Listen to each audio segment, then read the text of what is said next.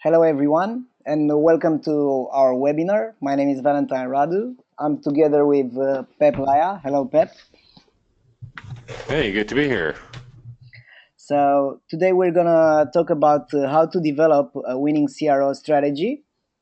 Uh, before starting, let us introduce ourselves. My name is Valentine Radu. I'm the CEO of Marketizator. We are a conversion rate optimization platform having free tools under the same roof: A/B testing, web personalization, and behavior insight surveys. And I'm together with Pep Laya, the founder of Conversion Excel. Pep, let us know a few things about you.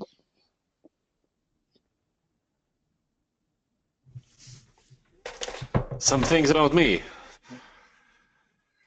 For the ones which don't know anything about you here from Europe, maybe. Well, for those of you who never heard about me, I'm pleased to meet you. My name is Pep Laya. I'm a conversion optimizer and an entrepreneur. I run Conversion Excel, which is the world's most popular CRO blog, also an agency and a research institute. Okay. So without further ado, let's get on. Today we're gonna talk about strategy, and we're gonna talk about people. And if we consider the most performing things on this earth, and let's consider Michael Schumacher for instance, and his winnings with on the F1 with Scuderia Ferrari. If we consider this, we'll understand that it's technology and there is people as well. And during my experience looking at thousands of experiments which were run on under Marketizator platform, I discovered that what you need to improve your conversion rate is actually a bit different. So people are considering that if they are buying a tool, this will do the job, but actually it's different. So 80%, if we'll apply the Pareto's law here, 80% of the success it's about people and about a great strategy, and 20% of the success is about having great tools. So mainly we need to shift somehow, and the conversion rate optimization experts which are actually getting good results are the ones which are getting things done and are having a great strategy behind it. And what we do know is that the system always wins. And because the system always wins, we can see this on our locker, and we can see this in our lives, and we can see this anywhere. So, your time to shine, Pep. Let us know how to develop a winning CRO strategy.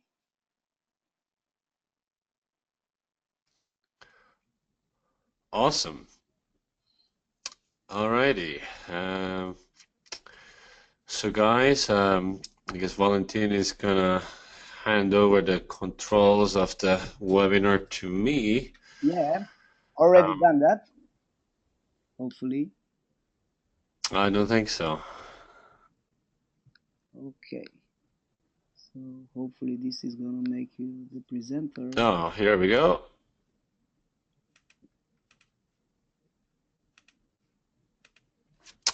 Okay, guys.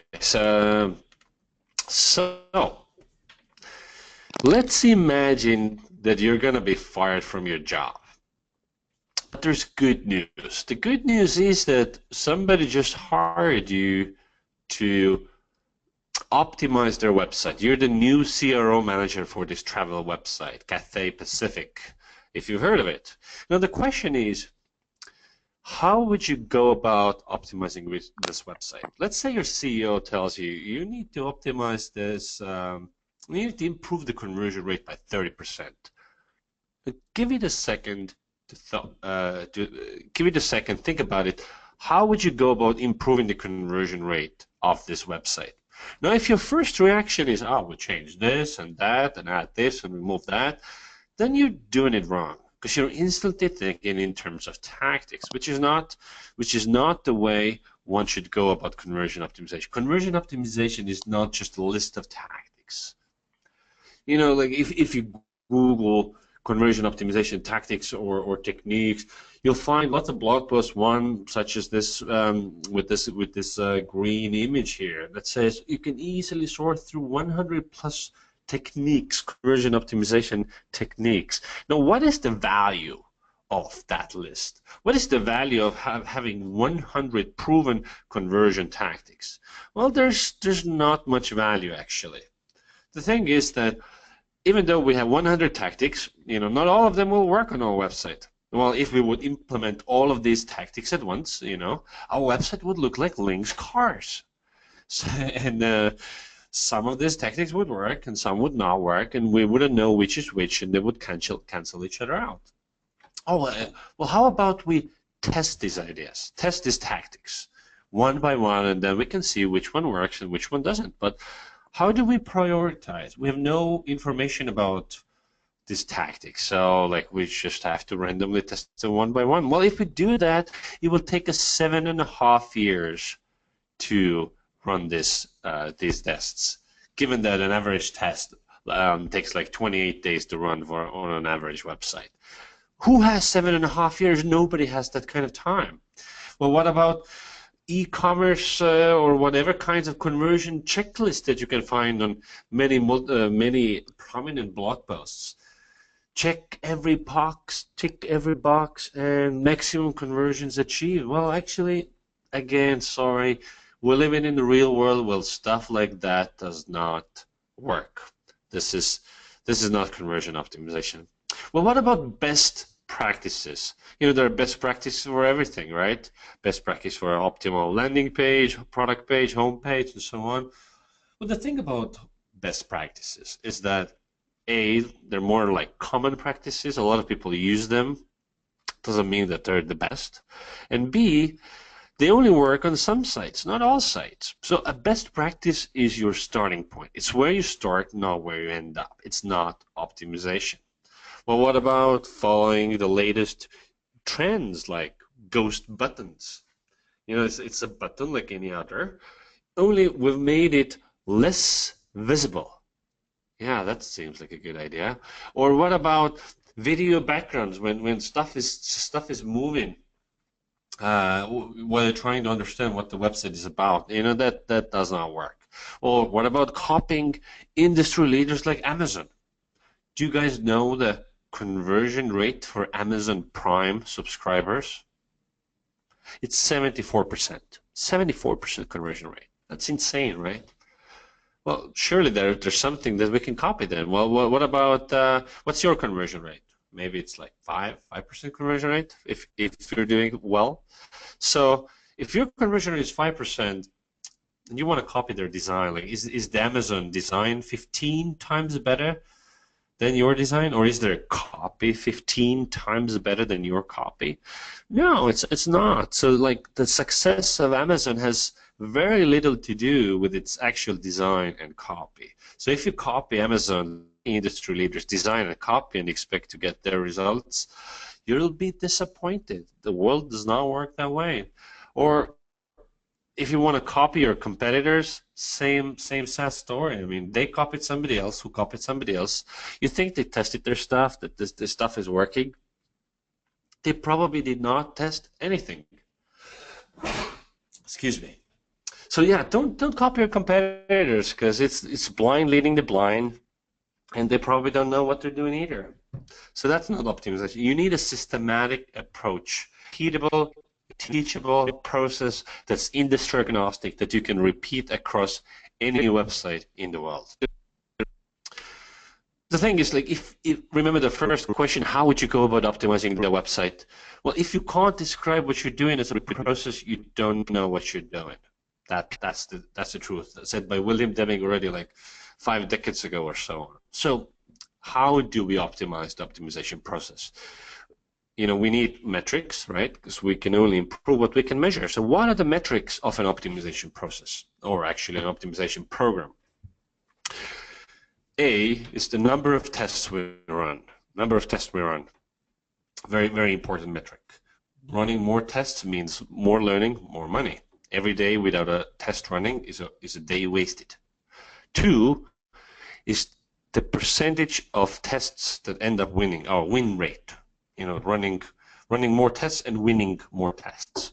And 3, the uplift per successful experiment.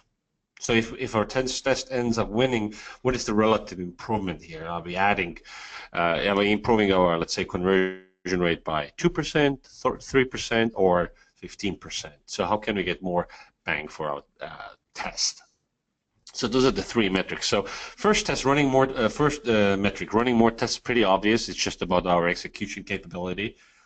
But the second, the third, winning more tests and getting more impact per experiment. This is all about testing the right stuff. If we're just testing random stuff, what are the odds of that test winning and then giving us a nice results? It's like gambling. It's like just hoping and praying. So the most important part of conversion optimization is the discovery of what matters. We need to, first of all, find out what matters to our users, to our audience. What do they care about?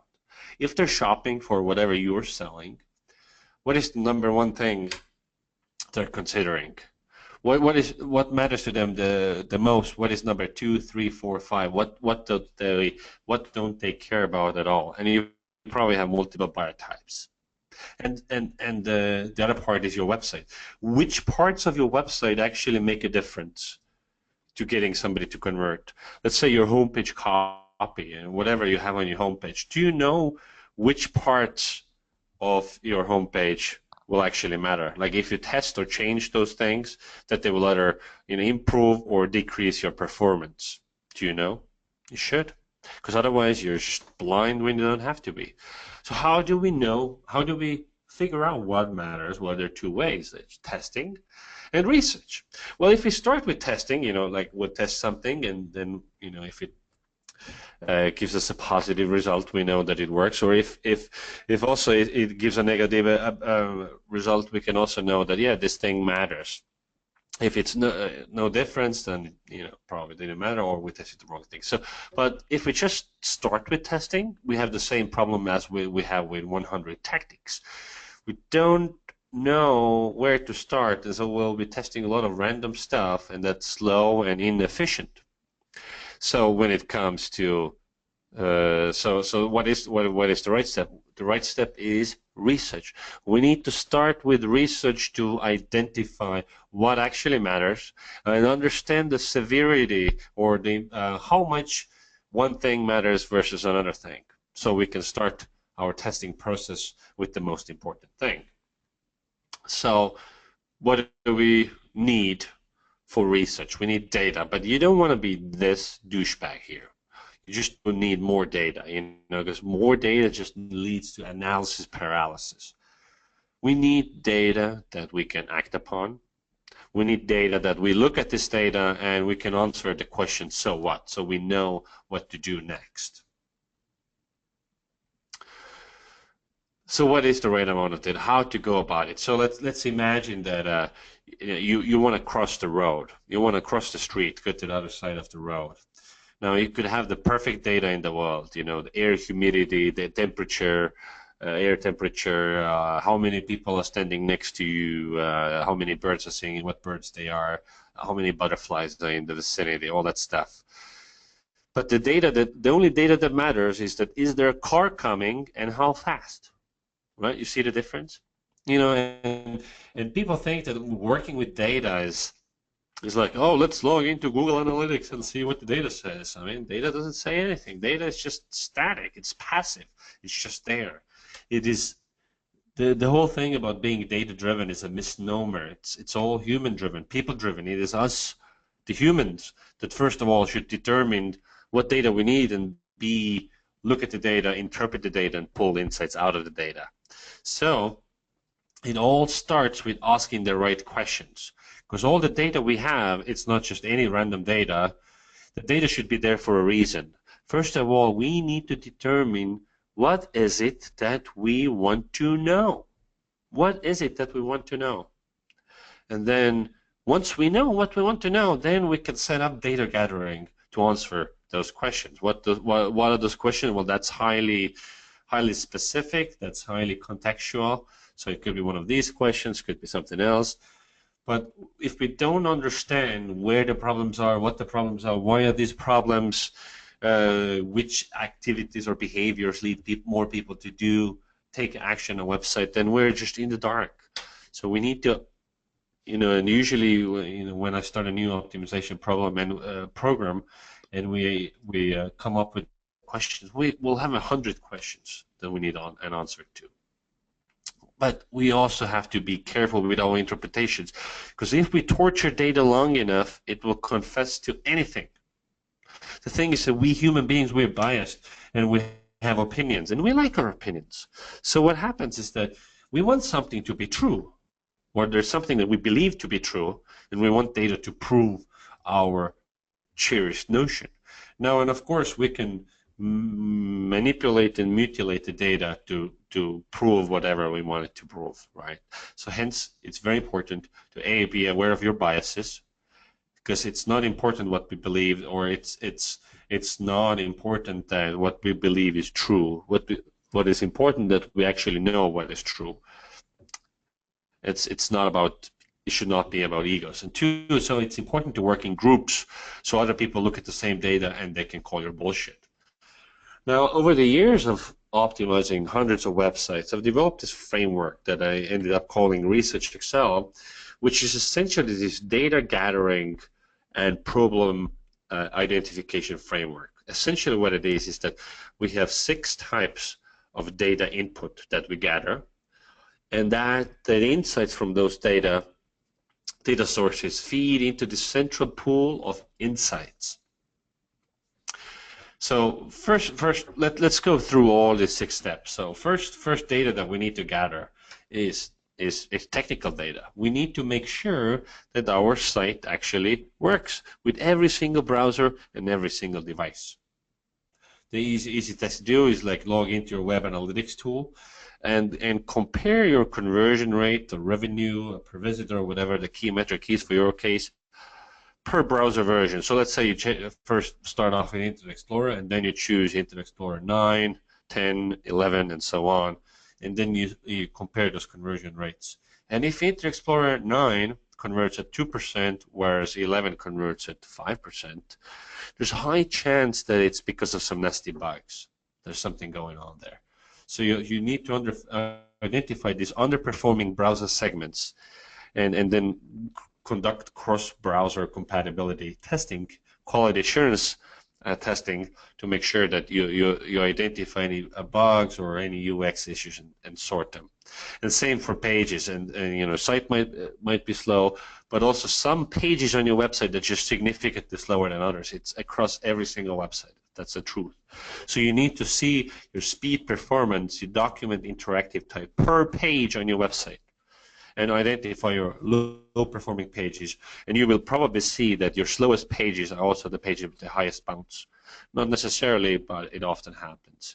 So the main point is that you can have the most persuasive website in the world, but if it's too slow or it doesn't work on this weird browser or device that I'm on, doesn't matter. So you need to fix that stuff first.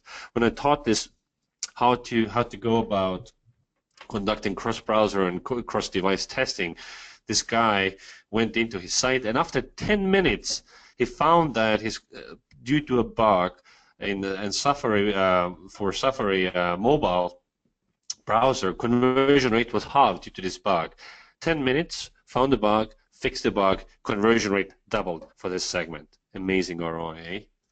Step number 2, after we've taken care of all the technical issues, is heuristic analysis. So here we go through the page, your website, page by page, using various devices, all 3 device categories, the desktop, tablet, mobile, and we assess each page against a set of heuristic, like relevance. Does this page meet my expectations?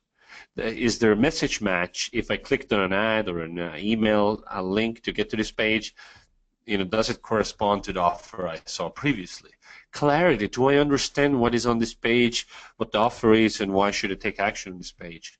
What has been done on this page to increase my motivation to take action, and also what is here that is adding friction to the process?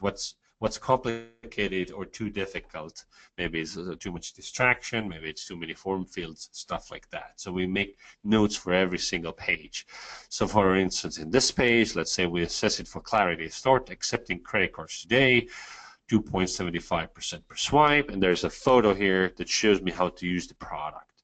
I mean, this is clarity couldn't be any better. It's just amazing.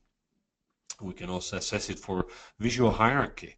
You know, the most important thing should also be stand out the most. So here, without a doubt, we can identify the most important circle, which is blue circle, because it's the biggest. So same thing on your page, you know what you want the user to do. That should typically be take up the most real estate on your page.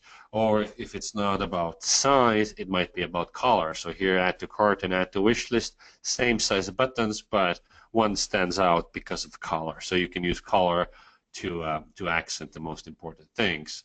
So here in this horribly blurry screenshot, there was an A/B test with testing color where red was better.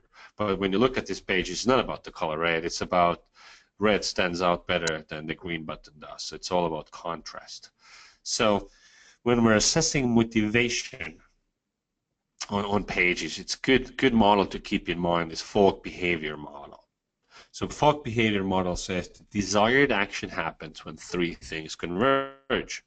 There's high motivation, there's the ability is maximum ability, it's easy to take action, and there's a trigger. There's a call to action button, there's a form, something that compels us to take action. Now, that trigger will only succeed if our motivation is high and it's easy to take action.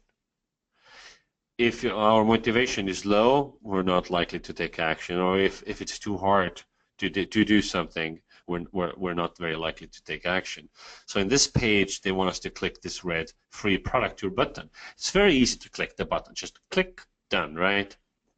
And then we get to this page where the goal is to fill out this form. Now it gets more complicated, because there's lots of form fields. The form field labels are aligned left, horrible usability problem.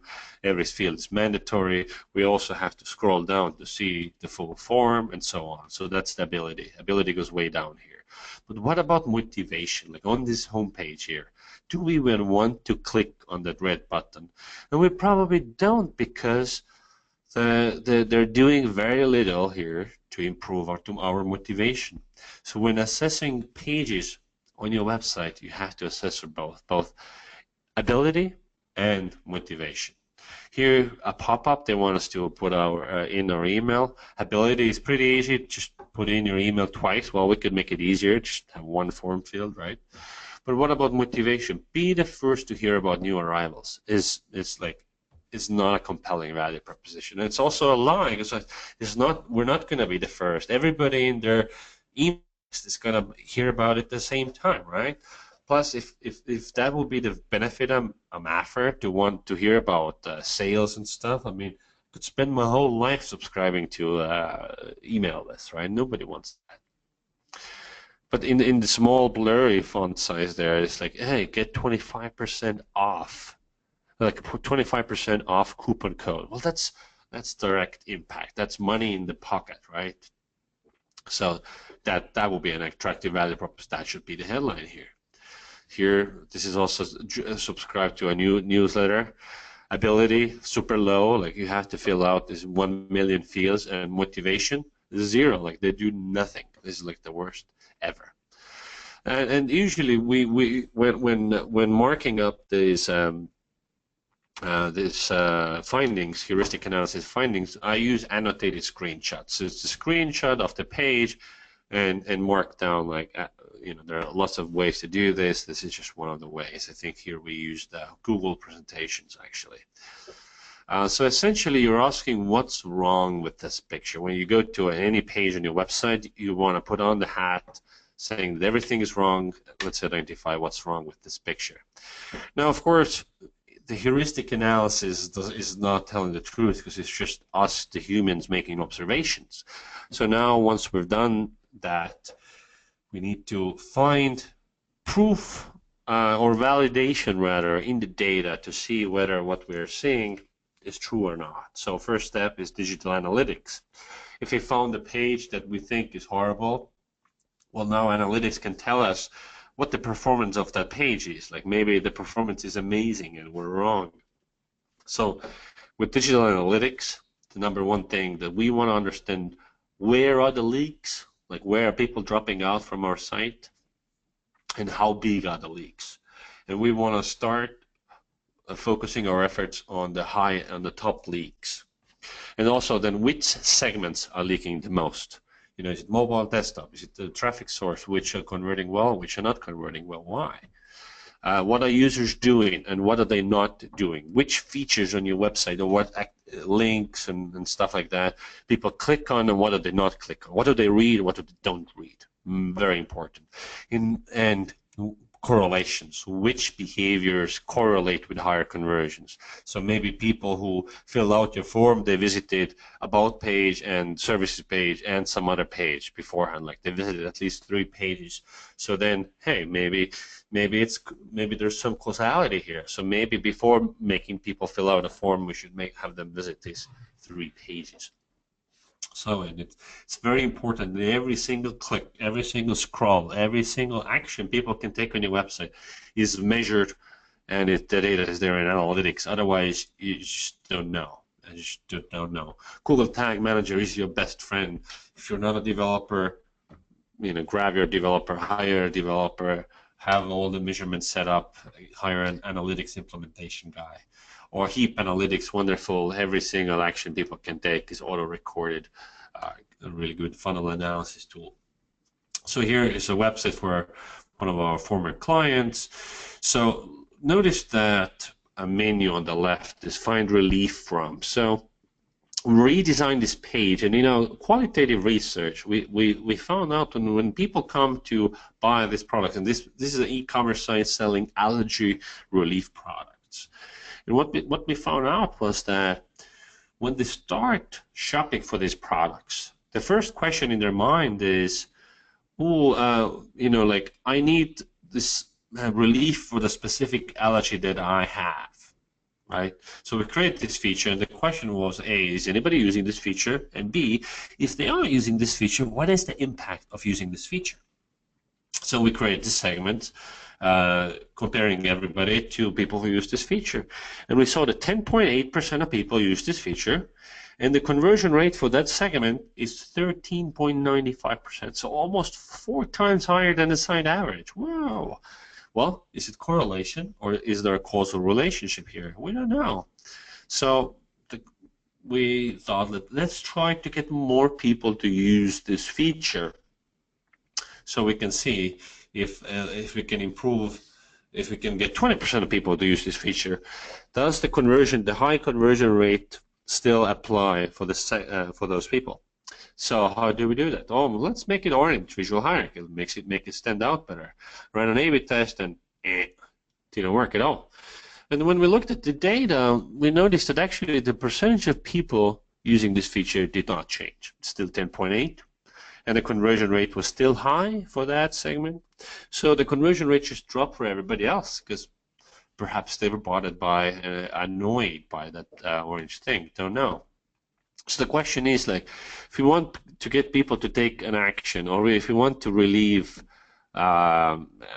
find a solution to a problem, how many different ways are there to solve a problem? So let's say that if we have a checkout page and we know that people are worried about security, how many ways are there for us to improve the perception of security on a page? I mean, infinite ways, right? So just because you try one way and it doesn't work, doesn't mean that the idea is wrong. This means that you tried one possible solution out of gazillions that might work. So we tried this and we tried this, and this ended up adding to the revenue. So step number 4, you add some sort of a mouse tracking and form analytics tool. Lots of tools around, so you want to understand where people click, how far down they scroll, where are the exact spots that they stop scrolling. So maybe there's something wrong in your design, maybe you use false bottoms, stuff like that. How is this behavior different between different devices? And very valuable is session replays. Like, you find a underperforming page, you don't know what's wrong, you can actually watch videos of people interacting with that page, and you can see what works and what does not work. Form analytics, if you have any kinds of form on your pages, you need analytics on your forms, otherwise you're just silly. So form analytics, super useful stuff for any form. Formissimo, good tool to use for that. Qualitative survey. So all the quantitative stuff tells us what is happening and how much. Qualitative tells us why. So we need two types of qualitative surveys. Type number one, we need to survey people who just gave us money. So people who just signed up to just purchase something, became a lead, whatever. So within a few days after they take that action, we should send them a survey and ask open-ended question, no multiple choice. And we want to uncover with these questions that we ask, hey, what kind of friction they experience in the shopping process. So we want to ask them, hey, what's the one thing that nearly stopped you from buying, or what type of questions and answers you have, stuff like that. You want to understand who they are, like their buyer type, their motivation, why did they want to buy this stuff, what was the problem they were solving for themselves, how did they decide, what was their decision-making process, all that stuff. And the second type of survey you want to do is an on-site poll. So you have a page, you want to, let's say it's an e-commerce product page, you want more people to add stuff to the cart, you don't know what's holding them back. So you put a poll on that page, and you trigger the poll maybe after some activity, after maybe 20 seconds or so, and ask them, hey, what's holding you back from buying this product right now? And you get on average 2 to 4% response rate, and people will tell you what the problem is. Your email survey might look like this. This is a screenshot from my Google Docs survey, completely free tool. And then you quantify. So you read the question, you read all the answers to a question, and then you categorize those types of responses, and then in the end you count how many times a certain type of response. So here, one thing that stopped you from buying, we said one type of response was cost. So 35 people said because of cost, 15 people said because of shipping and customs fees, of course using their own words, and so on and so forth. So that gives us an idea of the severity of a problem. Like, not sure if I like the product is not as big as a problem as delivery times or shipping speed.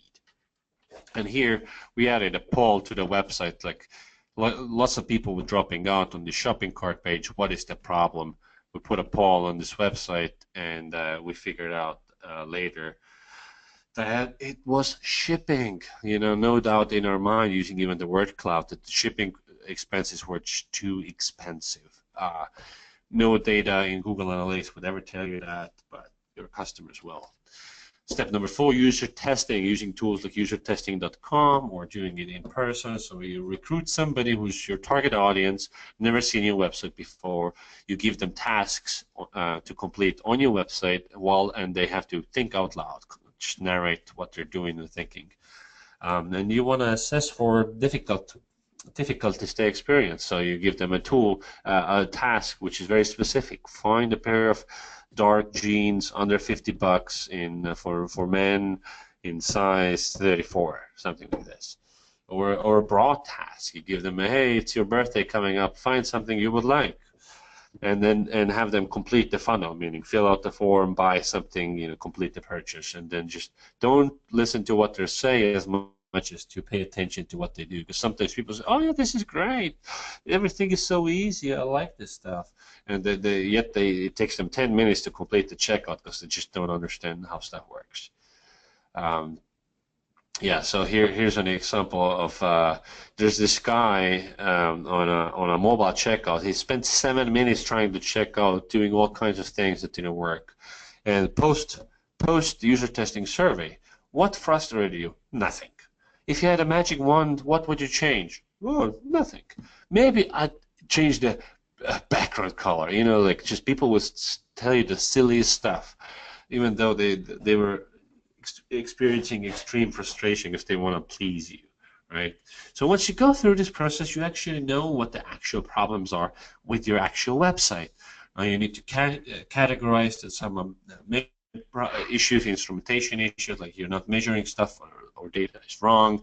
Some are no-brainer issues that just your font size too small, people can't read it. Just make it bigger. Some issues, of course, we need to test because we might know what the problem is, but we don't know which solution is the right solution, so we test multiple different ideas for solutions. Sometimes we don't even know what the solution might be, so we need to hypothesize. And sometimes we have data that there's something maybe there, but we're not sure, so we need to do some more further investigation and data gathering. So once you have all this data, you need to first solve big problems with obvious solutions. So like some problems that you identify have obvious solutions. So just maybe some usability issues or whatnot. Just take care of those first. Second types of problem, once those are taken care of, you have an underperforming page, you know which page it is, you know it's leaking money. There are no usability problems, no clarity problems, copy is good, everybody understands, but still you can't move the needle. So now it's time to test some, say, persuasive psychology ideas, some creative ideas, like maybe sign up with using a social login, like sign up with Google or LinkedIn or stuff like that. So more creative ideas. And only in the very end, if those are also not moving your needle, maybe we hit the local maximum where your current architecture of your site is just within that architecture, it's just not possible to move the needle. So you need to test a radically different idea of what that page might look like or how it might work. So typically I list every issue in Google Spreadsheets or in Excel, where you list what is the issue, what is the category of the issue, why is this issue an issue, what should we do about it, and then prioritization, like 5 stars. This is oh my God, we're losing money because of this issue every day. We need to fix this now. And 1 star is that, oh, only a small segment of users is affected by this, and it's a minor issue that should be fixed eventually. Here's was a landing page we worked on. So the left one was what it used to look like. We conducted all this conversion research on it. We found out like half the people are using this page on a mobile phone, but the page was not responsive, the copy was not benefit driven, and etc. etc. We created a new benefit driven copy, responsive design, all that's data driven, made it look better, and run an A/B test, and there was no difference. So I was like, what's wrong? But then we went back to the data, and it's like, oh, okay, this, people are using this on a mobile phone. We need to dramatically cut the amount of copy on this page, make it more compact, played around with the form field order, and got an 80% uplift in conversions in the end after 4 iterations. So as you can see, this process is a systematic, repeatable process. It works on every website. Doesn't matter if it's SaaS, e-commerce, B2B, if you're selling pencils on computers or bananas or accounting software. It works because this process helps you identify what the actual problems are on your website, so you would know what to focus on first, second, and third. So the overall conversion optimization process looks like this. You always start with the research. The research, you identify problems, you turn those into hypotheses. The hypothesis should be designed and coded into actual treatments. You test those treatments using a testing tool. Now you analyze the results, you learn, and you run follow-up experiments, and over and over and over again. Yes, this stuff is not easy. It requires skills. You need to be good at analytics. You need to be good at copywriting. You need to be good at qualitative research. You need to be good at statistics. You need to be good at many things. This is what optimizers do. As an optimizer, you need to know a lot about a lot. Yeah, it's not easy, but it's worth it. This guy, Ronnie Coleman, he was 6-time Mr. Olympia. And he said everybody wants to be a bodybuilder, but nobody wants to lift heavy-ass weights. Well, it's the same for conversion optimization. A lot of people want wins, but they don't want to do the conversion research. You need to do it. So remember these 3 things. 1, focus on the process, not tactics. Focus on the discovery of what matters. Spend all your effort on identifying what matters. And do the heavy-ass lifting, meaning don't optimize without conversion research. Thank you so much. Read our free conversion optimization guide, and I'm ready to take some questions. Okay, so thanks, Pep, for this amazing presentation. We have a few questions from the audience. Uh, one of the questions is, how long does it take for us to understand how to do research? This is coming from Mark. Well, I teach an 8-week course on how to do it, so I would say uh, it takes you a minimum of 2 months to practice, intentionally practice, but you need to just start doing it. There's no substitute for actually doing it. So you can, of course, read about it. This link here will take you to a guide that will walk you through this process. But yeah, I mean, just practice, practice, practice. As with everything, you'll get better over time. Okay, another question is, what was the cost of the research for the truck use case?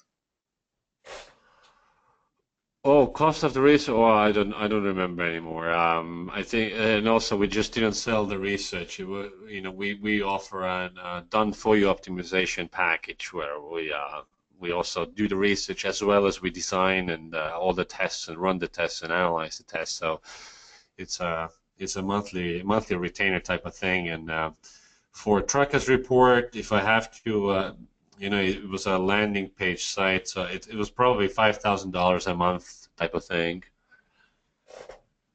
Okay. Um, which are the best growth hacking tools you guys are using? So, Pep. Well, I mean, growth hacking is there are no shortcuts, right? Growth hacking is also a process. It's running experiments, it's learning. So, Google Analytics is your best friend. You want to use some sort of a tool for mouse tracking, whether it's Hotjar or Discipline Insight or ClickTail. You need some sort of a tool for A/B testing, like Marketizator or whatnot. Yeah, you need a tool for qualitative surveys. My favorite is Typeform, but there are many good ones. You need a form analytics tool. As I said, Formissimo is a good one.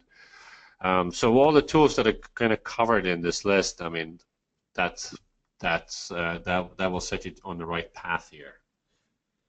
Okay, so Christian, as for me, I'm a big fan of Google Tag Manager. I think it works really really good, and I think it's not about segmenting the audience only based on the traffic source or based on the device, but it's about segmenting the audience based on the step on the funnel. So segmenting your existing customers and optimizing for retention, I think, is one of the best growth hacks that you should do. And mainly, we are integrated with Google Tag Manager. So with our tool, for instance, you can personalize personalize the experience of the customers based on their lifetime value, based on their the last order and the time between the last purchase and today. So I'm a big fan of Google Tag Manager in the last period, and a good system that I'm a big fan of is called RFM. It works really good for e-commerce websites and software as a service as well. So recency, frequency, and monetary value. Okay, so if there are any more questions, guys, we have 3 more minutes. So this is the time that you should put your questions. Um, I think there aren't any more questions. Peppa, I'm going to ask you something because recently I've been to your amazing event in Austin at Conversion Excel Live, and there you were discussing about Conversion Institute. If you can disclose things about this project that you are working at. Can you repeat the question, please? Uh, you are planning to do a conversion rate optimization institute, and if you can tell us a few things about it and how this will work. Yeah, it's hopefully launching next week. It's called Conversion Excel Institute. So what we're doing is that we're conducting original UX research on different layouts. So let's say that you guys identify a problem on your site. Maybe it's something to do with your e-commerce product page or your landing page, and you have a problem that you identified, and now you want to design a treatment for that problem that you have identified. But what is the optimal solution? What should we test? So with our research, that is the question we want to answer. So we're conducting original research on what tends to work the best for specific challenges.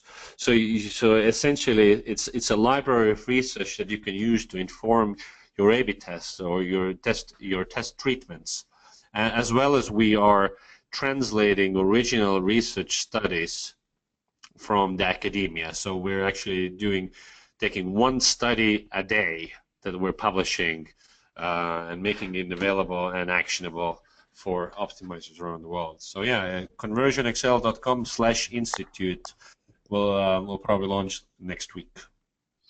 Okay, great. So we'll look forward to it, Pep. I think that was it with our session. Thanks a lot for attending. Thanks a lot, Pep, for disclosing all these amazing things. We have from our side we have a gift for you. You can use the CXL webinar to get 3 months free for the 20,000 visitors account with the Marketizator.